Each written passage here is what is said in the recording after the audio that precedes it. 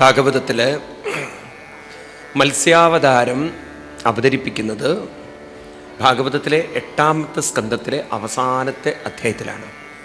സാധാരണ നമ്മൾ ദശാവതാരം പറയുമ്പോൾ ആദ്യം വരുന്ന അവതാരം മത്സ്യമാണ്. പക്ഷെ ഭാഗവതത്തിൽ മത്സ്യാവതാരം വരുന്നത് വാമനാവതാരത്തിനും ശേഷമാണ്. ഇവിടെ മത്സ്യമായി ഭഗവാൻ അവതരിച്ചിരിക്കുന്നു എന്ന് പറയാനല്ല ഈ കഥ പറയുന്നത്. കഥ ഇതാണ്. പണ്ട് സത്യവ്രതൻ എന്ന് പറയുന്ന രാജാവ്, അദ്ദേഹം പുഴയിൽ പോയി കുളിക്കുന്നു. കയ്യിലൊരു മത്സ്യം വരുന്നു. അത് വളർന്നു വലുതായി അവസാനം മത്സ്യം ശങ്കര ഗതാരൂപത്തെ എടുത്ത് പറഞ്ഞു, ഞാൻ മത്സ്യമായി അവതരിച്ച് പ്രളയം അങ്ങേക്ക് കാണിച്ചു തരുന്നുണ്ട്. അങ്ങനെ രാജാവിന് പ്രളയം കാണിച്ചു കൊടുത്തു എന്നാണ് ഒരു കഥ. അപ്പോൾ ഈ രാജാവ് പ്രളയത്തെ അതിവർത്തിച്ചു എന്നൊക്കെയാണ് കഥ. അപ്പോൾ ഈ കഥയെ നിങ്ങൾ കാണേണ്ടത്, ഇത് കഥാരൂപത്തിൽ വായിക്കുമ്പോൾ ഒരു അവിശ്വസനീയമായ കഥയാണ്. അപ്പം നമ്മുടെയൊക്കെ ഈ അവതാരങ്ങളെയൊക്കെ വായിക്കുമ്പോൾ നിങ്ങൾക്ക് കാണാം, ഈ മത്സ്യമായാലും ശരി, കൂർമ്മമായാലും എല്ലാ അവതാരങ്ങളെയും ഗുരുക്കന്മാരായിട്ടാണ് അവതരിപ്പിച്ചിരിക്കുന്നത്. ഒരു ഗുരുവിനെ വിദ്യാഗുരവേ നമോ നമാണ് എന്നാണ് ഈ മത്സ്യാവതാരത്തെ സ്തുതിക്കുന്നത്. കൃഷ്ണനെ പോലും ഗുരുവായി കാണാനാണ് നാരദ മഹർഷി പാണ്ഡവരോട് പറയുന്നത്. ഭാഗവതത്തിൽ 7ാം സ്കന്ധത്തിൽ 15ാം അധ്യായത്തിൽ 76ാം ശ്ലോകത്തിൽ പറയും, സവാ അയം ബ്രഹ്മമഹദ്ബ്രഹ്മജ്ഞം കൈവല്യ നിർവാണ സുഖാനുഭൂതി സുഖുത് പ്രിയദ്വാ ഖലു മാതുലേയ ആത്മാർക്കണീയോ വിധികൾ ഗുരുശ്ച. നിങ്ങളൊക്കെ സുഹൃത്തായും അതുപോലെ സഖാവായും ഒക്കെ തോളിൽ കൈവച്ച് നടക്കുന്ന കൃഷ്ണനെ നിങ്ങൾ കാണേണ്ടത്, ഇപ്പം നമ്മളോട് പറയുകയാണെങ്കിൽ ദൈവമായി കാണുന്ന കൃഷ്ണനെ നിങ്ങൾ കാണേണ്ടത് വിധികൃത് ഗുരുശ്ച. ആരായി കാണണം? ഒരു ഗുരുവായി കാണണം. ഈ കാണുന്ന രൂപങ്ങളൊക്കെ ഗുരുക്കന്മാരും ഭഗവാൻ എന്ന് പറയുന്നത് നമ്മുടെ പരമാത്മാവൊക്കെ ആയിട്ട് കാണാനുള്ളൊരു ബുദ്ധി വേണം എന്നാണ് പറയുന്നത്. അപ്പം ആ ദൃഷ്ടിയിൽ നമ്മൾ ഈ മത്സ്യാവതാരത്തെ നോക്കുമ്പോൾ മത്സ്യം എന്നതിന് ജീവാത്മാവ് എന്നർത്ഥം. അപ്പം മത്സ്യത്തെ ഋഷീശ്വരന്മാർ കമ്പയർ ചെയ്യുന്നത് നമ്മുടെ മനസ്സുമായിട്ടാണ്.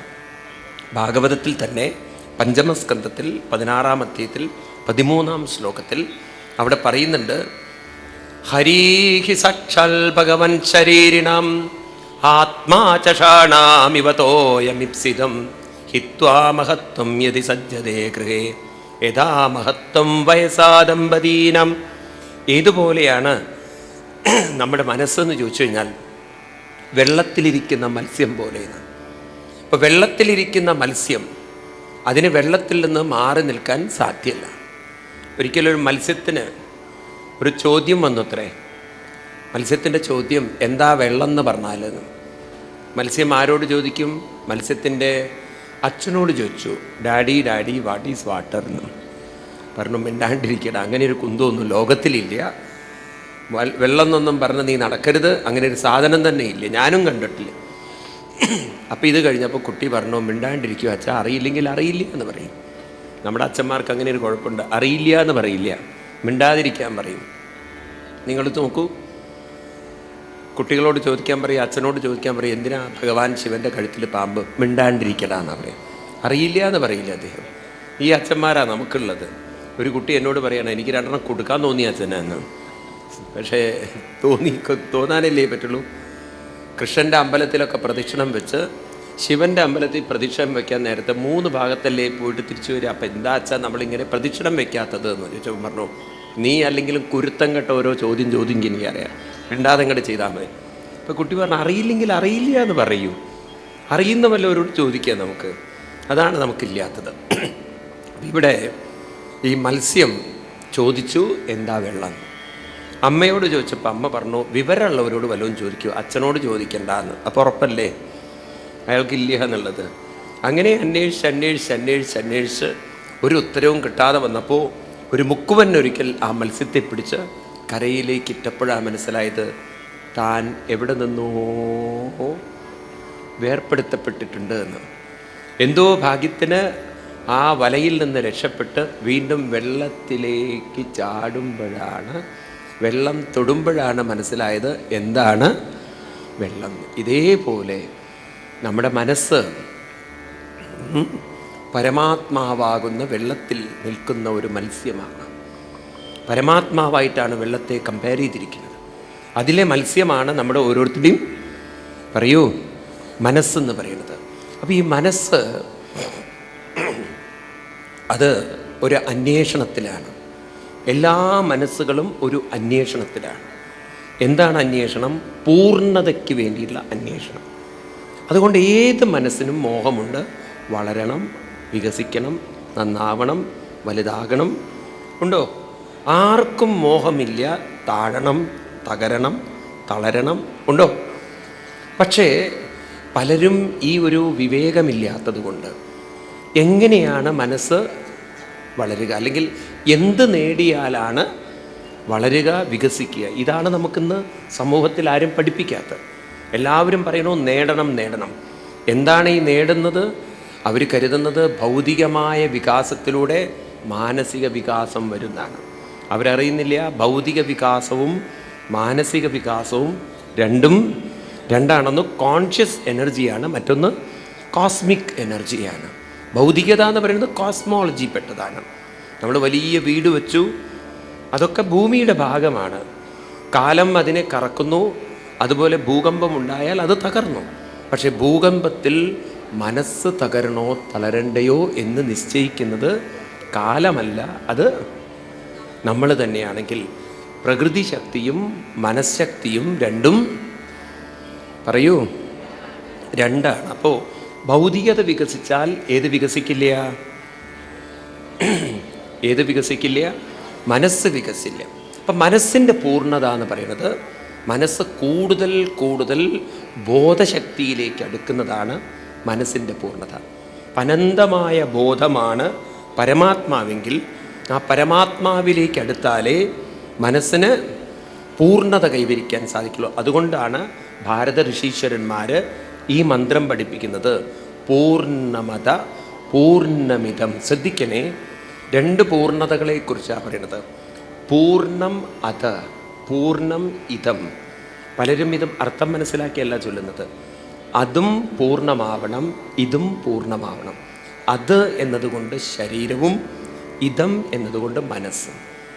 ശരീരം പൂർണ്ണമാവുന്നത് അത് ഏതൊരു പഞ്ചഭൂതത്തിൽ നിന്ന് വന്നുവോ ആ പഞ്ചഭൂതത്തിലേക്ക് തന്നെ അത് എത്തുമ്പോൾ അത് പൂർണ്ണമായി, അതിൻ്റെ യാത്ര പൂർണ്ണമായി. ഇതുപോലെ മനസ്സ് പൂർണ്ണമാകുന്നത് അത് ഏതൊരു പരമാത്മാവിൽ നിന്ന് പുറപ്പെട്ടുവോ ആ പരമാത്മാവിൽ ചെന്ന് ലയിക്കുമ്പോൾ അതിൻ്റെ യാത്രയും പൂർണ്ണമായി. അതും പൂർണ്ണമാവണം, ഇതും പൂർണ്ണമാവണം. അപ്പം നമ്മുടെ ശരീരം ദിവനം പ്രതി അടുക്കുന്നത് പഞ്ചഭൂതങ്ങളിലേക്ക് നാം അറിയാതെ യാത്ര ചെയ്തുകൊണ്ടിരിക്കുന്നു. ആണോ? അപ്പം ശരീരം ഒരു യാത്രയിലാണ്. നിങ്ങളൊരു ഭാഗത്തിരുന്നാലും യാത്രയിലാണ്. കാലം അതിനെ പ്രായം കൊണ്ട് കറക്കി ഏതൊരു പഞ്ചഭൂതത്തിൽ നിന്ന് പുറപ്പെട്ടിട്ടുണ്ടോ ആ പഞ്ചഭൂതത്തിലേക്ക് എത്തിക്കും. ഭഗവാൻ പറഞ്ഞു ഏവം പ്രവർത്തിതം ചക്രം. ഇതൊരു ചക്രം പോലെയാണ്. ഇതുപോലെയാണ് ഏതിൻ്റെ കാര്യവും മനസ്സിൻ്റെ കാര്യം. അതുകൊണ്ടാണ് എത്രത്തോളം ഭൗതികത കൂടുന്നോ ആത്മീയത അത്രയും കൂടി വരും. അമേരിക്ക പോലുള്ള രാജ്യങ്ങളിൽ ആത്മീയമായ ഒരു അന്വേഷണം കൂടുന്നത് ഇതുകൊണ്ടാണ്. കാരണം അവർക്കിനി ഭൗതികമായി ഒന്നും നേടാനില്ല. എല്ലാ സുഖസൗകര്യങ്ങളുടെയും പീക്കിലെത്തിക്കഴിഞ്ഞവർ. ഇനി അവർക്ക് വേണ്ടത് മാനസികമായൊരു, അതുകൊണ്ട് മുക്കിലും മൂലയിലൊക്കെ യോഗാ കേന്ദ്രങ്ങളും എന്താ പറയുക മെഡിറ്റേഷൻ കേന്ദ്രങ്ങളും ഒരു 10 കൊല്ലം കഴിഞ്ഞാൽ നിങ്ങൾ നോക്കിക്കോളൂ, ഭാഗവതം പറയാൻ അമേരിക്കയിൽ നിന്ന് ആൾക്കാർ ഇങ്ങോട്ട് വരും. മനസ്സിലായില്ലേ? അധിക കാലമൊന്നും വേണ്ടി വരില്ല. കാരണം അവർക്കിപ്പോൾ ഇതൊക്കെ പഠിക്കണം, അവരിത് മനസ്സിലാക്കണം. അവർ യോഗ അതിൻ്റെയൊക്കെ പിന്നിലാണ്. ഏറ്റവും കൂടുതൽ യോഗ സെൻറ്ററുകളുള്ളത് അമേരിക്കയിലാണ്. നിങ്ങൾക്ക് വിശ്വാസം വരില്ല അത്. അവരിപ്പോൾ ഇതിൻ്റെയൊക്കെ പിന്നിലാണ്. അപ്പം അങ്ങനെയൊക്കെ ഒരു മാനസിക വികാസം നമുക്ക് വരാൻ അതിനെ പരമാത്മാവിലേക്ക് എത്തിക്കുന്ന കഥയാണ് മത്സ്യാവതാരം എന്ന് പറയുന്നത്. അതിൻ്റെ പേരാണ് ഈ പൂർണ്ണതയുടെ എന്താ പറയുക, ഒരു പൂർണ്ണതയിലേക്ക് ലയിക്കുന്നതിൻ്റെ പ്രതീകമായിട്ടാണ് പറയുന്നത് പ്രളയം കണ്ടു എന്ന്.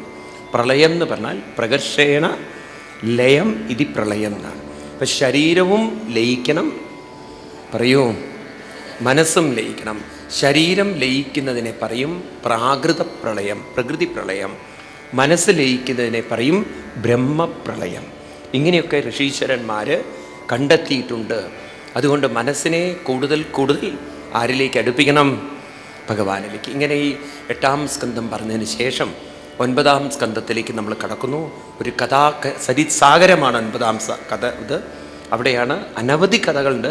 നമുക്ക് 1-2 കഥകൾ പിക്കപ്പ് ചെയ്യാം, കാരണം നമുക്ക് കൃഷ്ണനെ വേഗം അവതരിപ്പിക്കേണ്ടതുള്ളത് കൊണ്ട്. അതിലൊരു കഥയാണ് അംബരീഷ ചരിതം. അംബരീഷൻ എന്ന് പറയുന്ന ഒരു സാധാരണ രാജാവ് പണ്ട് പാലക്കാട് ഉണ്ടായിരുന്നു. അദ്ദേഹം തപസ് ചെയ്തു, അദ്ദേഹം വ്രതം നോറ്റു. നിങ്ങളൊക്കെ ഏകാദശി വ്രതമൊക്കെ നോക്കില്ലേ? അദ്ദേഹം ദ്വാദശി വ്രതം നോറ്റു. അങ്ങനെ വ്രതമൊക്കെ നോറ്റിരിക്കുമ്പോഴാണ് വൈകുന്നേരം ഇദ്ദേഹത്തിൻ്റെ വീട്ടിലേക്ക്, അംബരീഷൻ്റെ വീട്ടിലേക്ക് ദുർവാസ മഹർഷി കയറി വരുന്നത്. അപ്പം അദ്ദേഹത്തിന് ഇത്തിരി കാപ്പിയും എന്താ പറയുക, പാലക്കാടത്തെ സ്പെഷ്യൽ കൊണ്ടാട്ടവും അരിയുണ്ടയും ഒക്കെ എടുത്തു കൊടുത്തു. ഇദ്ദേഹത്തിന് അടദോശയൊക്കെ കൊടുത്തു. അദ്ദേഹം ഇതൊക്കെ കൊടുത്തപ്പോൾ അദ്ദേഹം പറഞ്ഞു, ഞാൻ കുളിച്ചിട്ട് വരാമെന്ന്. അദ്ദേഹം കൽപ്പാത്തി പുഴയിൽ കുളിക്കാൻ പോയി. തിരിച്ചു വന്നപ്പോഴേക്ക് സന്ധ്യാസമയമായപ്പോൾ രാജാവ് ലേശം വെള്ളം എടുത്ത് കുളിക്കാൻ തുടങ്ങി. കുടിച്ചു, തീർത്ഥം കുടിച്ചപ്പോൾ ദുർവാസാവ് തെറ്റിദ്ധരിച്ചു ഇദ്ദേഹം നല്ലവണ്ണം അടയും വടയൊക്കെ കഴിച്ചിട്ട് ഇരിക്കുകയാണെന്ന് കരുതി. ഇദ്ദേഹം കോപിഷ്ഠനായി പറഞ്ഞു, നിൻ്റെ എച്ചിൽ കഴിക്കാനാണോ ഞാൻ വന്നത്? അനാദരിക്കുക മഹാന്മാരെ. എന്ത് നീ മനസ്സിലാക്കി? നീ എന്നെക്കുറിച്ച് എന്താ മനസ്സിലാക്കിയത്? ഇതിന് കനത്ത ശിക്ഷ ഞാൻ തരും എന്നൊക്കെ പറഞ്ഞ് നിന്റെ എക്കോ ഒഴിവാക്കും, എക്കോ ഒഴിവാക്കും. അപ്പോൾ കനത്ത ശിക്ഷ ഞാൻ തരും എന്ന് പറഞ്ഞ് ഇദ്ദേഹം ഉഗ്രമായി കോപിഷ്ഠനായി അലറിക്കൊണ്ട് തൻ്റെ ജടയൊക്കെ അഴിച്ചെടുത്ത് നിലത്തൊരൊറ്റ അടി. ആ ജട അടിച്ചതും അതിൽ നിന്ന് പേനല്ല പുറത്തു വന്നത്, ഒരു ഉഗ്രരൂപം പുറത്തു വന്നു. കൃത്തിക പറഞ്ഞിട്ട് അവളൊരു വാളൊക്കെ ഇട്ട് അംബരീഷൻ്റെ മുന്നിലേക്ക് ചാടിയപ്പോൾ ദുർവാസാവ് പറഞ്ഞു, വെട്ടു. അംബരീഷനുണ്ടല്ലോ നല്ല പാലക്കാട്ടുകാരനായിരുന്നു. ഭാഗവതത്തിൽ എഴുതി വെച്ചിരിക്കുന്നത് ചചാല പദാൽ നൃപ, ചചാല പദാൽ നൃപ. ഭാഗവത്തിലെ വരികട. നിന്ന നിൽപ്പിൽ നിന്ന് കാല് മാറ്റിയില്ല എന്ന് പറഞ്ഞാൽ ഒരു തരത്തിലും കൃത്തികയെ പേടിച്ചില്ല. കാരണം അദ്ദേഹത്തിന് നല്ല ഉറപ്പുണ്ടായിരുന്നു. എന്തുറപ്പുണ്ടായിരുന്നു? തൻ്റെ കൂടെ അദ്ദേഹം പതറിയില്ല. എങ്ങനെയെങ്കിൽ ഇങ്ങനെ. നിങ്ങൾ നോക്കൂ, ഒരു പട്ടി നിങ്ങളുടെ പിന്നാലെ ഓടിയാൽ നിങ്ങളോടില്ലേ? നിങ്ങളൊരു നിമിഷം നിന്ന് പട്ടിയുടെ കണ്ണിലേക്ക് നോക്കൂ. പട്ടിക്ക് അപ്പം സംശയം വരും, ഇതേത് പട്ടിയാണെന്ന്. അത് തിരിഞ്ഞു ഓടും. കാരണം ഒരു മൃഗത്തിൻ്റെ കണ്ണിലേക്ക് നോക്കുമ്പോൾ അതിന് പേടി വരും സത്യത്തിൽ. നിങ്ങൾ വേണമെങ്കിൽ പരീക്ഷിച്ച് നോക്കുന്നു. വീട്ടിൽ പോയിട്ട് ഭർത്താവിൻ്റെ കണ്ണിലേക്ക് നോക്കും, പേടിക്കുന്നുണ്ടോ എന്നുള്ളത്. അപ്പം മനസ്സിലാവും. അല്ലെങ്കിൽ ഭാര്യയുടെ കണ്ണിലേക്ക് നോക്കുക, അപ്പം മനസ്സിലാവും പേടിയുണ്ടോ ഇല്ലേ എന്നുള്ളത്. അപ്പോൾ ഇവിടെ അംബരീഷനെ പേടിപ്പിക്കാൻ നോക്കിയിട്ടും ഇളകിയില്ല, ഒറ്റ നിൽപ്പ്. ആ സമയത്ത് സുദർശന ചക്രം പ്രകടമായതാണ്. ആ കൃത്തികയുടെ കഴുത്ത് വെട്ടി. എല്ലാവരും വിചാരിച്ചു ചക്രം പോകുമെന്ന്. ദുർവാസാവ് ഒരിക്കലും പ്രതീക്ഷിച്ചില്ല. ചക്രം നേരെ തിരിഞ്ഞു ദുർവാസാവിൻ്റെ നേരെ. ദുർവാസാവ് നോക്കി തൻ്റെ നേരെയാണെന്ന് കണ്ടതും ചജാല പതാൽ നിർഭല്ല, ചചല പതാൽ നിർഭ. അയാൾ അവിടുന്ന് ഹൈ സ്പീഡിലാണ് ഓട്ടം. PT ഉഷ ഓടിയതിനേക്കാളും സ്പീഡിലാണ്. പറഞ്ഞാൽ അവഗണിക്കുകയാണ് മനസ്സ്. അവരെന്താ ചെയ്യട്ടെ, എന്നെ തളർത്താൻ അവർക്ക് സാധ്യമല്ല. അവരെന്ത് പ്രശ്നങ്ങൾ ഉണ്ടാക്കിയാലും ഈ കുടം പൊങ്ങുന്ന പോലെ ഞാൻ പൊങ്ങും എന്ന് നിങ്ങളുടെ മനസ്സിൽ വിചാരിച്ചു കഴിഞ്ഞാൽ പിന്നെ നിങ്ങളെ തൊടാൻ ഒരു ശക്തിക്കും സാധ്യമല്ല. ആ ഒരു തരത്തിൽ നിങ്ങളുടെ അടുത്തേക്ക് വന്നിരിക്കുക അവർ. ഇതാണ് പ്രകൃതിയുടെ ശക്തി. കാരണം ഈ സംസ്കാരം എന്ന് പറയുന്നത് ഇതൊരു മതസംസ്കാരമല്ല, ഇതൊരു ശാസ്ത്ര സംസ്കാരമാണ്. എൻ്റെ കൂടെ ഒരുപാട് ക്രിസ്ത്യൻസ് ഉണ്ട്. അവരോട് ഞാൻ പറയാറുണ്ട്. ഒരാൾ എന്നോട് വന്നിട്ട് പറഞ്ഞു, എനിക്ക് ഹിന്ദു ആവണമെന്ന്. ഞാൻ അമേരിക്കയിൽ പോയപ്പോൾ ഞാൻ പറഞ്ഞു, നിങ്ങൾ ഹിന്ദു ആവേണ്ട, ഞാനൊട്ട് ഹിന്ദു അല്ല. നമ്മളൊക്കെ ഹിന്ദു എന്നുള്ളത് പറയുന്നത് ഒരു രാജ്യം നമ്മളെ അടിച്ചേൽപ്പിച്ചതാണ്. നമ്മളൊക്കെ ഒരേ പരമാത്മാവിൽ നിന്നും ശരീരം, നിങ്ങളുടേത് ക്രിസ്ത്യൻ എന്ന് വിളിച്ചാലും എൻ്റെത് ഹിന്ദു എന്ന് വിളിച്ചാലും ഒരേ പഞ്ചഭൂതത്തിൽ നിന്ന് വന്ന ശരീരം, അത് ഹിന്ദുവായാലും ക്രിസ്ത്യാനിയായാലും മുസ്ലിം ആയാലും അതേ പഞ്ചഭൂതത്തിലേക്ക് പോന്നു. ഒരേ പരമാത്മാവിൽ നിന്ന് വന്നത്. നിങ്ങളതിനെ ഈശ്വരൻ എന്ന് വിളിച്ചാലും അള്ളാഹ് എന്ന് വിളിച്ചാലും ഫാദർ എന്ന് വിളിച്ചാലും എന്ത് വിളിച്ചാലും പരിശുദ്ധാത്മാവ് വിളിച്ചാലും പല പേരുകൾ. രാമകൃഷ്ണ പരമഹംസർ പറയുന്ന പോലെ നമ്മുടെ കേരളത്തിൽ വെള്ളം എന്ന് പറയും, തമിഴ്നാട്ടുകാർ തണ്ണി കൊടുക്കപ്പ എന്ന് പറയും, കർണാടകക്കാർ നീരു കൊടു എന്ന് പറയും, അത് കഴിഞ്ഞാൽ മഹാരാഷ്ട്രയിൽ എത്തിക്കഴിഞ്ഞാൽ പാനി എന്ന് പറയും. സംഗതിയെല്ലാം ഒന്ന് തന്നെ. ഇതുപോലെ തന്നെയാണ് നാമങ്ങൾ. സഹസ്രനാമോവ, എത്ര സഹസ്രനാമങ്ങൾ ഉണ്ടായിക്കോട്ടെ അല്ലേ. അതുകൊണ്ട് നിങ്ങളൊക്കെ അല്പം ധ്യാന സംസ്കാരമുള്ളവരായി പഠിക്കണം. ഉപേക്ഷ. എന്താ ഉപേക്ഷ എന്ന് പറഞ്ഞാൽ, ആരൊക്കെ നിങ്ങളെക്കുറിച്ച് എന്ത് പറഞ്ഞാലും അതൊക്കെ അവഗണിക്കാനുള്ള ഒരു മനസ്സ്. അവഗണിക്കുക എന്ന് പറഞ്ഞാൽ അതിലേക്ക് ശ്രദ്ധ കൊടുക്കാൻ ആരെ അനുവദിക്കരുത്. കുറേ കഴിഞ്ഞാൽ നിങ്ങളെ ഉപദ്രവിക്കുന്നവരൊക്കെ നിങ്ങളുടെ അടുത്തേക്ക് തന്നെ തിരിച്ചു വരും. നിങ്ങളുടെ മഹത്വം മനസ്സിലാവും. അംബരീഷ് ദുർവാസാവിനോട് പറയുന്നു, പോയി അംബരീഷനെ നമസ്കരിക്കൂ ദുർവാസാവേ. അംബരീഷൻ്റെ അടുത്തേക്ക് തിരിച്ചു വരുന്നു ദുർവാസാവ്. എന്നിട്ട് പറയുന്നു, ഇപ്പോഴാണ് ഞാൻ ഭഗവാന്റെ മഹത്വം മനസ്സിലാക്കിയത്. അഹോ അനന്തദാസാനാം മഹത്വം ദൃഷ്ടമധ്യമേ എന്ന് പറഞ്ഞ് നമസ്കരിച്ചു എന്നാണ് കഥ. ഇതാണ് ഭാഗവത്തിൽ അംബരീഷൻ്റെ കഥ. അത് കഴിഞ്ഞ് രാമായണം നിങ്ങളൊക്കെ കർക്കിടക മാസത്തിൽ വായിക്കുന്നതാണ്. പക്ഷെ എങ്ങനെ വായിക്കണമെന്ന് എനിക്കറിയില്ല. പക്ഷേ രാമായണ കഥയും ഉണ്ടല്ലോ. ഇന്ന് നമ്മളതിനൊരു ശാസ്ത്രീയ വ്യാഖ്യാനം കൊടുക്കണം. രാമ എന്നതിന് ദശരഥപുത്രൻ എന്നല്ല അർത്ഥമെടുക്കേണ്ടത്, രമിപ്പിക്കുക എന്നർത്ഥമെടുക്കണം. രാമ എന്നുള്ളതിന് രമിപ്പിക്കുക. അതായത് നമുക്ക് രണ്ട് തരം മനസ്സുകളുണ്ട്. രാമ മനസ്സുമുണ്ട്, രാവണ മനസ്സുമുണ്ട്. കരയിപ്പിക്കുന്ന മനസ്സിനെയാണ്, വേദനിപ്പിക്കുന്ന മനസ്സിനെയാണ് രാവണ എന്ന് പറയുന്നതെങ്കിൽ, രമിപ്പിക്കുന്ന സന്തോഷിപ്പിക്കുന്ന മനസ്സിനെയാണ് രാമ എന്ന് പറയുന്നത്. നോക്കൂ നിങ്ങൾ, ഈ തരത്തിൽ നമ്മൾ നോക്കുമ്പോൾ രാമ അയനം എന്ന് പറഞ്ഞാൽ രമിപ്പിക്കുന്ന മനസ്സ് ഉള്ളവരുടെ ഒരു യാത്ര. അതാണ് ആത്മീയ യാത്ര. രാവണ അയനം എന്ന് പറഞ്ഞില്ലേ, രാമ അയനം എന്നാണ്. അപ്പം നമുക്ക് മറ്റുള്ളവരെ പോലും സന്തോഷിപ്പിക്കണം എന്നുണ്ടെങ്കിൽ നമുക്ക് സുഖം സന്തോഷം എന്നത് നാം മനസ്സിലാക്കണം. സുഖവും സന്തോഷവും ഇരിക്കുന്നത് മനസ്സിൻ്റെ സ്വസ്ഥതയിലാണ്. നിങ്ങളുടെ മനസ്സിൽ സ്വസ്ഥത കൂടുന്തോറും സുഖവും സന്തോഷവും കൂടും. നിങ്ങളുടെ മനസ്സ് അസ്വസ്ഥമാകും തോറും നിങ്ങൾ മറ്റൊരാളെ സുഖത്തിന് വേണ്ടി വേദനിപ്പിക്കും. ഡൽഹിയിലൊക്കെ നടന്ന കഥകൾ എന്താണെന്ന് ചോദിച്ചു കഴിഞ്ഞാൽ അതിൻ്റെ സൂക്ഷ്മവശം നിങ്ങൾ എടുക്കുകയാണെങ്കിൽ അസ്വസ്ഥമായ മനസ്സിൻ്റെ ക്രൂരമായ പ്രകടനങ്ങളാണ് നാം ഡൽഹിയിലൊക്കെ കാണുന്നത്. അതൊരു ശരീരത്തിൻ്റെ അക്രമങ്ങളല്ല. അത് ആരംഭിക്കുന്നത് എവിടെ നിന്നാണ്? മനസ്സിൽ നിന്നാണ്. സ്വസ്ഥമായ മനസ്സുള്ളവർ ആക്രമിക്കില്ല. അസ്വസ്ഥമായ മനസ്സ് വരുമ്പോഴാണ് ഒരു മൃഗം ആക്രമിക്കുന്നതിന് മുമ്പ് തന്നെ അതിൻ്റെ മനസ്സ്. നിങ്ങൾ നോക്കൂ, നിങ്ങളുടെ വീട്ടിൽ പട്ടിയെ വളർത്തുന്ന സമയത്ത് അത് വാലാട്ടുന്നു, നിങ്ങളെ തൊടുന്നു, മേല് കയറുന്നു, നാവ് കൊണ്ട് നക്കി തുടയ്ക്കുന്നു, എന്ത് വേണമെങ്കിലും ചെയ്യും. നേരെ മറിച്ച് നമ്മൾ അപരിചിതമായൊരു വീട്ടിലേക്കാണ് പോകുന്നതെങ്കിൽ അവിടുത്തെ നായയുടെ മനസ്സ് അസ്വസ്ഥമാണ്. അത് കുരയ്ക്കുന്നു, കടിക്കാൻ ചാടുന്നു. അപ്പോൾ ഈ കാര്യങ്ങളൊക്കെ വരുന്നത് ശരീരത്തിൽ നിന്നല്ല, എവിടെ നിന്നാണ്? മനസ്സിൽ നിന്നാണെന്ന് വ്യക്തമാണ്. അപ്പം അസ്വസ്ഥമായ മനസ്സുകളാണ് രാവണ മനസ്സുകൾ, സ്വസ്ഥ മനസ്സാണ് രാമ മനസ്സുകൾ. അപ്പം ഇവിടെ നമുക്ക് കഥ കാണാം.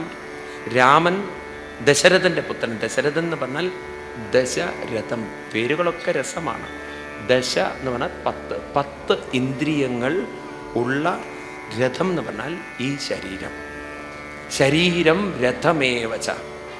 അങ്ങനെയൊക്കെ നമ്മൾ ഉപനിഷത്തെടുത്ത് നോക്കുമ്പോൾ ശരീരത്തെയാണ് ദശരഥൻ എന്ന് പറയുന്നത്. ആ ദശരഥൻ്റെ പുത്രൻ എന്ന് പറഞ്ഞാൽ ഇവിടെ ഈ ശരീരത്തിലിരിക്കുന്ന മനസ്സാണ് രാമൻ. 3 അമ്മമാരെന്ന് പറഞ്ഞാൽ കൈകേയി, സുമിത്ര, കൗസല്യ എന്നൊക്കെ പറഞ്ഞാൽ ഈ രാമൻ ഈ മനസ്സിൻ്റെ 3 ഗുണങ്ങളാണ് സത്വ രജ തമോ ഗുണം. അങ്ങനെയുള്ള മനസ്സ്, ആ മനസ്സിൻ്റെ സ്വസ്ഥമായ മനസ്സിൻ്റെ അതിൻ്റെ ഐശ്വര്യം സീത. എപ്പോൾ ആ സ്വസ്ഥമായ മനസ്സിൽ നിന്ന് സീത നഷ്ടപ്പെടുന്നുവോ അതോടുകൂടി രാമൻ സീതയെ അന്വേഷിച്ച് നടക്കുകയാണ്. നിങ്ങൾക്ക് വേണമെങ്കിൽ ഇങ്ങനെ പറയാം, സീതയെ ജീവാത്മാവായിട്ടും രാമനെ പരമാത്മാവായും അവതരിപ്പിക്കുകയാണെങ്കിൽ രാവണ കയ്യിൽപ്പെട്ട സീതമാരാണ് ഇന്ന് നമ്മുടെയൊക്കെ മനസ്സുകൾ അസ്വസ്ഥമായ ചിന്തകളിൽപ്പെട്ട മനസ്സിൻ്റെ ഉടമകളെയാണ് രാവണൻ്റെ നിയന്ത്രണത്തിൽപ്പെട്ട മനസ്സുള്ളവരെന്ന് പറഞ്ഞാൽ, നമ്മളൊക്കെ ഇന്ന് രാവണൻ്റെ നിയന്ത്രണത്തിൽപ്പെട്ട സീതമാരാണെന്ന് പറയുമ്പോൾ അത് ശരിയായിരിക്കുമോ? മനസ്സിലായില്ലേ നിങ്ങൾക്ക്? അസ്വസ്ഥമായ മനസ്സുകളാണ് രാവണന്മാർ. ആ അസ്വസ്ഥമായ ചിന്തകളിൽ പെട്ടുപോയൊരു മനസ്സ് നമുക്കുണ്ടോ? ഉണ്ടോ ഇല്ലയോ? എങ്കിൽ നിങ്ങൾ ആ അസ്വസ്ഥ മനസ്സുകളെ രാവണനെന്നും അതിൽ പെട്ടുപോയൊരു മനസ്സിനെ സീതയെന്നും പറഞ്ഞാൽ, ഇന്നും രാവണന്റെ കസ്റ്റഡിയിൽപ്പെടുന്ന സീതമാരുണ്ട്. ആ രാവണൻ പ്രലോഭിപ്പിക്കുന്നു സീതയെ. ചില സീതമാരൊക്കെ അതിൽ വീണുപോകുന്നു. എന്നാൽ ഇവിടെ എന്തോ പൂർവജന്മ സുഹൃതം കൊണ്ട് ആ മനസ്സിന് മനസ്സിലായി, എനിക്ക് ചേരേണ്ടത് രാമനോടാണ്, പരമാത്മാവിനോടെന്ന തിരിച്ചറിവ് വന്നതും ആ പ്രലോഭനങ്ങളിലൊന്നും ഒരു സീതയും വീണുപോയില്ല. അപ്പം നിങ്ങൾ തന്നെ ഇവിടെ ഇരിക്കുന്നതിന് കാരണം, നിങ്ങളുടെ ഉള്ളിൽ വേണമെങ്കിൽ, മനസ്സിന് വേണമെങ്കിൽ, നിങ്ങളുടെ സംസ്കാരത്തിന് വേണമെങ്കിൽ പറയാം, എന്തിനാ ഇത് കേൾക്കുന്നത്? സീരിയൽ കണ്ടുകൂടെ? കുറച്ച് കറങ്ങിക്കൂടെ? പാലക്കാടാണെങ്കിൽ പലതും ഇപ്പോൾ നടക്കുന്നുണ്ട്, ഒന്ന് കറങ്ങിക്കൂടെ? അത് ചെയ്തുകൂടെ, ഇത് ചെയ്തുകൂടെ എന്നൊക്കെ പറഞ്ഞാലും നിങ്ങളുടെ ഉള്ളിലെ ഏതോ പൂർവജന്മ സുഹൃതം നിങ്ങളോട് പറയുന്നുണ്ട്, ഇതൊക്കെ ഒന്ന് എനിക്ക് കേൾക്കണം, മനസ്സിലാക്കണം എന്ന്. രാവണൻ പ്രകോപിപ്പിച്ചാലും സീത മനസ്സ് ആ പ്രകോപനത്തിൽ വരുന്നില്ലെങ്കിൽ നിങ്ങളൊക്കെ ഇന്ന് രാവണൻ്റെ പ്രകോപനത്തിൽ വരാത്ത സീത മനസ്സുകളാണ്. നിങ്ങളൊക്കെ സുഹൃതികളാണ്. അപ്പോൾ അവിടെയാണ് ഒരു ഹനുമാൻ സ്വാമി പ്രത്യക്ഷപ്പെടുന്നത്. ഹനുമാനെ വിളിക്കുന്നത്, ഹനുമാൻ ഗുരുവാണ്. ഒരു ജീവാത്മാവ് മനസ്സിനെ പരമാത്മാവിലേക്ക് എത്തിക്കണമെങ്കിൽ ആര് വേണം? ഗുരു വേണം. അതുകൊണ്ട് ഹനുമാൻ സ്വാമി വർണ്ണിക്കുന്നത്, ബുദ്ധിമതം വരിഷ്ഠം വാദാത്മജം വാനരയൂഥമുഖ്യം ശ്രീരാമദൂതം ശിരസാ നമാമി. ശ്രീരാമദൂതനാണ്, പരമാത്മാവിൻ്റെ ദൂതൻ ഗുരുവാണ്. ബുദ്ധിമതാം വരിഷ്ഠം, ബുദ്ധിയുടെ പ്രതീകമാണ്, അറിവിൻ്റെ പ്രതീകമാണ്. അപ്പോൾ സീത എന്ന ആ മനസ്സിനെ ഒരു ഗുരുവിൻ്റെ അനുഗ്രഹത്താൽ അല്ലെങ്കിൽ ഗുരുവിൻ്റെ സഹായത്താൽ തിരിച്ചു വീണ്ടും പരമാത്മാവിലേക്ക് ചേർത്തുന്നതാണ് ശ്രീരാമ പട്ടാഭിഷേകം. അപ്പോൾ ഈ കഥയുണ്ടല്ലോ, ഒരു ദശരഥൻ്റെ കഥയായി നിങ്ങൾ ഒരിക്കലും കാണരുത് അതിനെ. ഇതൊക്കെ നമ്മുടെ ഉള്ളിൽ തന്നെ നടക്കുന്ന മനസ്സിൻ്റെ പരിവർത്തനങ്ങളുടെ കഥയായി നമ്മൾ കാണണം. അത് മനസ്സിലാക്കാതെ നിങ്ങൾ വായിക്കുന്നത് കൊണ്ടാണ് വെടിത്തങ്ങളൊക്കെ വായിക്കുന്നത്. മുത്തശ്ശിക്ക് കണ്ണ് കാണാതെ വന്നപ്പോൾ മരുമകളോട് വായിക്കാൻ പറഞ്ഞു. മരുമകൾ വായിക്കുകയാണ് രാമായണം. ഇത്തമോരോന്ന് ചിന്തിച്ച നേരത്ത് രാമനും തോർത്തില്ല, ലക്ഷ്മണനും തോർത്തില്ല. അപ്പം മുത്തശ്ശി പറഞ്ഞു, എൻ്റെ മോളെ, ഞാൻ ഇത്രയും കാലം രാമായണം വായിച്ചിട്ട് തോർത്തുമുണ്ടെടുത്തു എന്ന് എവിടെയും വായിച്ചില്ലല്ലോ, നിനക്ക് എവിടുന്ന് കിട്ടിയൊരു തോർത്തുമുണ്ട് എന്ന്. അതൊന്ന് ശ്രദ്ധിച്ച് വായിക്കൂ എന്ന് പറഞ്ഞപ്പോഴാണ് മനസ്സിലായത് രാമനും അത് ഓർത്തില്ല എന്നാണ്. ഇതൊക്കെ നിങ്ങൾ പഠിപ്പിച്ചു കൊടുത്തില്ല, ഈ വിഡിത്തങ്ങളൊക്കെ കുട്ടികൾ പറയും. ഒരു ദിവസം ക്ലാസ്സിൽ ടീച്ചർ ചോദിച്ചു, രാമായണത്തിൽ എന്തൊക്കെ ഉണ്ട് എന്ന്. കുട്ടി പറഞ്ഞു, റേഷൻ കാർഡും ഗ്യാസിൻ്റെ കാർഡും എന്ന്. ഇപ്പോൾ വീട്ടിൽ റേഷൻ കാർഡും ഗ്യാസിൻ്റെ കാർഡും കൊണ്ടുവയ്ക്കാനാണ് അമ്മ രാമായണം ഉപയോഗിക്കുന്നത്. അപ്പം എപ്പോഴൊക്കെ റേഷൻ കാർഡ് ആവശ്യമുണ്ടോ രാമായണത്തിലുണ്ട്. എടാ ഗ്യാസിൻ്റെ കാർഡ് എടുത്തുകൊണ്ടിരടാ, എവിടെയാമ്മേ? രാമായണത്തിലുണ്ട്. അപ്പം കുട്ടിയുടെ മനസ്സിൽ ഉറച്ചു, ഗ്യാസിൻ്റെ കാർഡും റേഷൻ കാർഡും വെക്കാനുള്ളൊരു സ്ഥലമാണ് രാമായണം. ഈ രീതിയിൽ നിങ്ങളതിനെ അധപ്പതിപ്പിക്കരുത്. ഇപ്പോഴും പാലക്കാട്ട് പലർക്കും വിചാരമുണ്ട് ഇത് കർക്കിടകത്തിലേ വായിക്കാൻ പാടുള്ളൂ. രാമായണം കർക്കിടകത്തിൽ എഴുതി വെച്ചതല്ല അത്. രാമായണത്തിന് കാലവും ദേശവും സമയവും ഒന്നുമില്ല. എപ്പോൾ വേണമെങ്കിലും അധ്യാത്മരാമായണമിതു അധ്യയനം ചെയ്തിടും മത്യജന്മികൾക്കെല്ലാം മുക്തി സംഭവിച്ചിടും ഈ ജന്മം തന്നെ മുക്തി സംഭവിക്കും. അത്ര മനോഹരമായ അധ്യാത്മരാമായണം. അതിനെ ശാസ്ത്രീയമായി പഠിക്കൂ നിങ്ങൾ, കുറച്ച് മെനക്കെടുക. അപ്പം നിങ്ങൾക്ക് മനസ്സിലാവും രാവണനും നമ്മളിലുണ്ട്, രാമനും നിങ്ങളിലുണ്ട്. നിങ്ങൾക്ക് രമിപ്പിക്കാനും സാധിക്കും, നിങ്ങൾക്ക് കരയിപ്പിക്കാനും സാധിക്കും. ഇതിന് രണ്ടിനും നിങ്ങളിൽ ശക്തിയുണ്ട്. അപ്പം ആ രമിപ്പിക്കുന്ന മനസ്സ്, സന്തോഷിപ്പിക്കുന്ന മനസ്സ്, അത് നമുക്കുണ്ടാവണമെങ്കിൽ എന്ത് വേണം? ഈ രാമായണമൊക്കെ നമ്മൾ വായിക്കണം, പഠിക്കണം, മനസ്സിലാക്കണം. മനസ്സിലായില്ലേ? അല്ലെങ്കിൽ നമ്മുടെ സ്വരൂപവും സ്വഭാവവും ഒരുപോലെയാവും. എന്ന് പറഞ്ഞാൽ ഭാര്യയും ഭർത്താവും കൂടെ കൽപ്പാത്തിതേര് കാണാൻ പോയി. അവിടെ ചെന്നപ്പോൾ ഭയങ്കര ഇടിയും തിക്കും തിരക്കലും. കാണുന്നില്ല ഭാര്യയെ. അദ്ദേഹം നോക്കുമ്പോണ്ട് 4-5 സ്ത്രീകൾ ഇങ്ങനെ തിരിഞ്ഞു നിൽക്കണം. അതിലൊരു രൂപം കണ്ടപ്പോൾ ഭാര്യയാണെന്ന് തോന്നി, സൈസ് കണ്ടപ്പോൾ. പിന്നെ ഉടുത്ത വസ്ത്രമൊക്കെ കണ്ടപ്പോൾ ഏറെക്കുറെ ഇതുപോലെയൊക്കെ തന്നെയാണ് ഭാര്യ ഉടുത്തു വന്നു. പുറകിൽ ചെന്നൊരു തട്ട് തട്ടി. അയ്യോ, പുലി ചാടുന്ന പോലെ ചാടിയത്. വൃത്തികെട്ട മനുഷ്യൻ, കണ്ട സ്ത്രീകളെയൊക്കെ തട്ടി എന്നൊക്കെ ചോദിച്ചപ്പം അദ്ദേഹം പറഞ്ഞു, സ്വരൂപം മാത്രമല്ല സ്വഭാവവും ഇത് തന്നെ, രണ്ടും ഒരുപോലെയാണ്. അതേപോലെ നമ്മൾ കുറേ കഴിഞ്ഞാൽ എത്ര പ്രായമായാലും സ്വരൂപവും ഒരുപോലെ ഇരിക്കും, സ്വഭാവവും ഒരുപോലെ ഇരിക്കും. എന്തെങ്കിലും ഒരു മാറ്റം വേണ്ടേ? സ്വരൂപത്തിലോ മാറ്റവും വരുന്നില്ല. അറ്റ്ലീസ്റ്റ് എന്നാൽ എവിടെയെങ്കിലും മാറ്റം വരണ്ടേ? എവിടെ വരണം? സ്വഭാവത്തിൽ വരണം. പ്രായമാവും തോറും മധ്യപ്രദേശ് വലുതാവും തോറും ഇത്തിരി ഉത്തർപ്രദേശം വലുതാവണ്ടേ? എന്തായാലും വാഴയ്ക്ക് നനയ്ക്കിൻ്റെ ചീരയ്ക്കും കൂടി കുറച്ച് കൊള്ളണ്ടേ? മനസ്സിലായില്ലേ? പിശുക്കത്തരം കാണിക്കണോ? ഇതേപോലെ മനസ്സിൽ ഒരു പരിവർത്തനം വരുത്തണം. നമുക്ക് പരിവർത്തനം വരുത്തിയെടുക്കാൻ സാധിക്കുന്നത് ഏതിനെ മാത്രം? അതുകൊണ്ട് ഇന്ന് മുതൽ, അല്ലെങ്കിൽ ഈ സപ്താഹം കഴിയുന്ന മുതൽ 10 മിനിറ്റ് നേരം നിങ്ങൾ ധ്യാനം ചെയ്യും. ഭഗവാൻ അത്രയും നിങ്ങളോട് ആവശ്യപ്പെടുന്നുള്ളൂ. ഭഗവത്ഗീതയിലെ ഈ ശ്ലോകം നിങ്ങൾ പഠിക്കണം. 6-ാം അധ്യായത്തിൽ 18-ാമത് ശ്ലോകം പറയും, യുക്താഹാരവിഹാരസ്യ യുക്തചേഷ്ടസ്യ കർമ്മസു യുക്തസ്വപ്നാവബോധസ്യ യോഗോ ഭവതി ദുഃഖഃ. ആഹാരം യുക്തം, യുക്ത ആഹാരം. സമയം ആഹാരത്തിന് വേണ്ടി നമ്മൾ ചെലവഴിക്കണോ?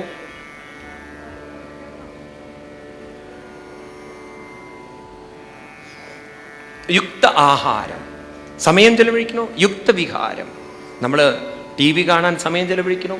അതുപോലെ തന്നെ പലതിനും നിങ്ങൾ സമയം ചെലവഴിക്കണോ? ഉറങ്ങാൻ സമയം ചെലവഴിക്കണോ? ഉണ്ടോ? അല്പം അവബോധസ്യ, ധ്യാനത്തിനും കൂടെ സമയം ചെലവഴിക്കൂ. എന്നാൽ എന്തുണ്ടാവും? യോഗോ ഭവതി ദുഃഖഃ. ഒരുവിധം ദുഃഖങ്ങളൊന്നും നിങ്ങളെ അലട്ടില്ല. ഇന്ന് നമുക്ക് ആ ധ്യാന സംസ്കാരമില്ല, അതുകൊണ്ട് ദുഃഖങ്ങൾ അലട്ടുന്നു. അപ്പം അതുകൊണ്ട് ഇങ്ങനെ ഈ കാര്യം നമ്മൾ പഠിക്കൂ, മനസ്സിലാക്കും. പിന്നീട് നമ്മൾ കാണുന്നത് യയാതി ചരിതമുണ്ട്. യയാതി എന്ന് പറയുന്ന ഒരാൾ തൻ്റെ അടക്കാൻ പറ്റാത്ത കാമവാസനകളൊക്കെ കൊണ്ട് ജീവിച്ചു. നമുക്ക് ഭാഗവത്തിൽ ആ കാലഘട്ടത്തിൽ തന്നെ ഇന്ന് ഇത്തരം കഥകളൊക്കെ എഴുതിയിട്ടുണ്ട്. അദ്ദേഹത്തിന് ആ ഒരു സുഖങ്ങൾ വേണമെന്നുള്ള ആഗ്രഹം വന്ന് കുറേ കാലം അതിലൊക്കെ ജീവിച്ചൊരു ദിവസം മക്കളോട് പറയുകയാണ്, ഈ കാമം എന്നത്, അദ്ദേഹം അതിൻ്റെ ഒരു ഡെഫിനിഷൻ കണ്ടെത്തുകയാണ്. കാമം ഉപഭോഗേന നശ്യാമ്യതി ഹവിഷ കൃഷ്ണവത്മേന ഭൂയ ഏവാ വിവർത്തത്തെ. അപ്പം നമ്മൾ വിചാരിക്കും ഏതെങ്കിലും ഒരു സുഖം അനുഭവിച്ച് തൃപ്തിപ്പെടാൻ. ഈ ജന്മം അനുഭവിച്ച് ഒരു സുഖവും തൃപ്തിപ്പെടില്ല. കാരണം അനുഭവിക്കും തോറും വീണ്ടും വീണ്ടും അനുഭവിക്കാനാണ് തൃഷ്ണ വരിക. അപ്പം നമ്മളിതൊക്കെ ഒഴിവാക്കണം എന്നാണോ പറയുന്നത്? അനുഭവിക്കും തോറും നമ്മൾ അതിൽ നിന്ന് പാഠങ്ങൾ പഠിക്കണം. ഇതിനൊക്കെ ഇത്രയേ സുഖം തരാൻ സാധിക്കുകയുള്ളൂ. ഇതിൻ്റെ ഒരു പരിമിതി നമുക്ക് ബോധ്യം വന്നു കഴിഞ്ഞാൽ, എനിക്ക് വേണ്ടതോ ശാശ്വത സുഖമാണ്, ശാശ്വത സംതൃപ്തിയാണ്. ഊർജം നഷ്ടപ്പെടാത്ത സുഖമാണെങ്കിൽ അത് തരാൻ ഒരേ ഒരു മാർഗമേ ഉള്ളൂ. ധ്യാനത്തിലൂടെ മനസ്സിനെ ആരിലേക്ക് ഉയർത്തണം? അതല്ലാതെ വേറെ വഴിയില്ല. പരമാനന്ദമാപ്നോതി എന്നാണ് ഭട്ടതിരിപ്പാടതാണ് പറയുന്നത്. പറയും, നമ്രാണം സന്നിധത്തെ സതതമപി പുരസ്തൈ അനഭ്യർത്ഥിതാനപി അർത്ഥാൻ കാമാനജസ്രം വിതരസി പരമാനന്ദ സാന്ദ്രം ഗതിം ച ഇത്തം നിശേഷലഭ്യോ നിരവധി കപല പാരിജാതോ ഹരിത്വം ക്ഷുദ്രം തം ചക്രവാടി ധ്രുവമഭിലഷതി വൃത്തമത്തിവ്രജോയം. നിങ്ങളുടെ മനസ്സൊന്ന് ധ്യാനത്തിലൂടെ നമ്രാണം സന്നിധത്തെ സതതം, എപ്പോഴും കൂടെയുണ്ട് പരമാത്മാവ്. പരമാനന്ദ സാന്ദ്രാം ഗതിം ച, എന്ത് കിട്ടും? പരമാനന്ദമായൊരു അനുഭൂതി. അതായത് ഒരു വിധത്തിലും തളരാത്തൊരു മനസ്സിൻ്റെ ഉടമയായിത്തീരും നിങ്ങൾ. ഇതൊക്കെ നിങ്ങൾക്ക് സ്വന്തം ഉള്ളിൽ തന്നെ കിട്ടുമെങ്കിൽ, ക്ഷുദ്രം തം ചക്രവാടി, എന്തിന് നിങ്ങൾ ക്ഷുദ്രം ചെറിയ സുഖങ്ങളുടെ പിന്നാലെ ഓടുന്നു എന്നാണ് ചോദിക്കുന്നത് ഭട്ടതിരിപ്പാട്. ഇങ്ങനെയൊക്കെ ഋഷീശ്വരന്മാർ നമുക്ക് പറഞ്ഞു തന്നിട്ടുണ്ട് യയാതിയുടെ കഥയിൽ. അതിനുശേഷം നമ്മൾ ശ്രീമദ് ഭാഗവതത്തിൽ ഭഗവാൻ കൃഷ്ണൻ്റെ അവതാരത്തെക്കുറിച്ച് പറയുന്ന ദശമസ്കന്ധത്തിലേക്ക് കടക്കുകയാണ്. ഭാരതത്തിൽ അവതരിച്ച അവതാരങ്ങളിൽ വെച്ച് പൂർണ്ണാവതാര പുരുഷനാണ് ആര്? കൃഷ്ണൻ. കൃഷ്ണൻ എന്ന ശബ്ദത്തിന് തന്നെ അർത്ഥം കർഷതി ഇതി കൃഷ്ണ. അത് എഴുതി വെക്കണേ നിങ്ങൾ. പലരും കൃഷ്ണനെ മനസ്സിലാക്കുന്ന റോങ് ആയിട്ട് മനസ്സിലാക്കും. കൃഷ്ണൻ എന്ന ശബ്ദത്തിന് ആകർഷിക്കുന്നവൻ എന്നാണ് അർത്ഥം. ഇവിടെ ആകർഷിക്കുക എന്ന് പറഞ്ഞാൽ അർത്ഥം പലരും തെറ്റിദ്ധരിച്ചിരിക്കുന്നത് കൃഷ്ണൻ്റെ സുന്ദരമായ ശരീരമാണെന്നാണ്. ശരീരത്തെ അല്ല ഇവിടെ സൂചിപ്പിക്കുന്നത്. കൃഷ്ണൻ എന്നതുകൊണ്ട് അർത്ഥമാക്കുന്നത്, ആകർഷണം എന്നതുകൊണ്ട് അർത്ഥമാക്കുന്നത് എല്ലാവരിലും ഉള്ള ആത്മശക്തി അഥവാ ബോധശക്തി എന്നാണ്. ഇവിടെ രണ്ട് ആകർഷണങ്ങളുണ്ട്. നമ്മുടെ സ്കൂളുകളിലൊക്കെ പഠിപ്പിക്കുന്നത് ഭൂഗുരുത്വ ആകർഷണ ശക്തി, ഗ്രാവിറ്റി, അതുപോലെ തന്നെ ഇലക്ട്രോൺ, ന്യൂട്രോൺ, പ്രോട്ടോൺ, അവ തമ്മിൽ ആകർഷിക്കുന്നുണ്ട്. ഉണ്ടോ? എനർജി ആകർഷിക്കുന്നുണ്ട്. ഭൂമിക്ക് ആകർഷണമുണ്ട്, സൂര്യന് ആകർഷണമുണ്ട്. എല്ലാം ഒരു ഭൗതികമായ ആകർഷണം ഉണ്ട്. എന്നാൽ ആരും കണ്ടെത്താത്ത ഒരു ആകർഷണമാണ് ഏതിൻ്റെ ആകർഷണം? മനസ്സിൻ്റെ ആകർഷണം. മനസ്സ് ശരീരത്തിൽ നിൽക്കുന്നുണ്ടല്ലോ, പ്രാണൻ മനസ്സിൽ ശരീരത്തിൽ നിൽക്കുന്നുണ്ടല്ലോ, ചൂട് ശരീരത്തിൽ നിൽക്കുന്നു. ശ്രദ്ധിക്കണേ നിങ്ങൾ 3 കാര്യങ്ങൾ. മരിച്ചു കിടക്കുന്നൊരു ശരീരത്തിൽ മനസ്സുമില്ല, പറയൂ, ചൂടുമില്ല, പ്രാണശക്തിയുമില്ല. ഇത് 3ഉം ശരീരത്തിൻ്റെ ഭാഗമായിരുന്നു എങ്കിൽ, ഇതിനെ 3നെയും ശരീരമായിരുന്നു ആകർഷിച്ചതെങ്കിൽ, അങ്ങനെ വിചാരിക്കുക. മരിച്ചു കിടന്നാലും ഇത് 3ഉം എവിടെ ഉണ്ടാവണം? അടുത്ത കാലത്ത് നിങ്ങൾ കണ്ടില്ലേ, പലരെയും പാവം ആ പെൺകുട്ടിയെ വെന്റിലേറ്ററിലിട്ടു. അതുപോലെ തന്നെ എന്താ പറയുക, മഹാരാഷ്ട്രയെ കോളിളക്കം സൃഷ്ടിച്ച ബാൽ താക്കറയെ കൊണ്ട് വെന്റിലേറ്ററിലിട്ടു. എന്തിനേറെ ഏറ്റവും മഹാഗുരുവായി അറിയപ്പെടുന്ന സത്യസായി ബാബ, അദ്ദേഹം ശരീരം ഉപേക്ഷിച്ച സമയത്ത് അദ്ദേഹത്തിനെ വെന്റിലേറ്ററിലിട്ടു. ഇവരൊക്കെ വെന്റിലേറ്ററിലിട്ട് ഓക്സിജൻ കൊടുത്താലും എൻ്റെ ശരീരം അതിനെ സ്വീകരിക്കാത്തത്? ഇതുപോലെ ശരീരത്തിൽ നിന്ന് ചൂട് പോയാൽ സാധാരണ മെഡിക്കൽ ഡോക്ടർമാർ പറയുക ബോഡി ടെമ്പറേച്ചർ എന്നാണ്. If the temperature if it belongs to the body, നമ്മൾ മരിച്ചു കഴിഞ്ഞ ഒരാളെ ഇൻക്യുബിലേറ്ററിൽ കൊണ്ടുപോയിട്ടാൽ അത് ചൂടേൽപ്പിക്കാൻ, ആ ബോഡിയിൽ ചൂട് നിൽക്കില്ല. ഉണ്ടോ ഇല്ലയോ? മരിച്ചു കഴിഞ്ഞ ശരീരത്തിൽ മനസ്സുമില്ല. അപ്പോൾ ഒരു കാര്യം നിങ്ങൾ ആക്സെപ്റ്റ് ചെയ്യേണ്ടതുണ്ട്, ഇത് 3ഉം ആകർഷിച്ച് നിലനിർത്തിയത്